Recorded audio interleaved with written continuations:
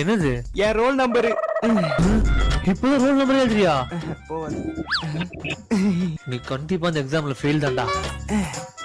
சீவுடா சீவு. நாளைக்கு ஒண்ணு இப்பதான் சீவ போறாங்க. குடி குடி. நாளைக்கு ரிசல்ட் வந்த அப்புறம் ஜூஸ் மாதிரி புளிய போறாங்க. தூங்குடா தூங்கு.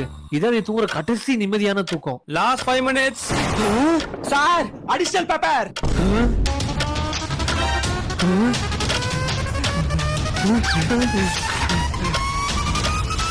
என்ன இப்படி எழுதுறான்?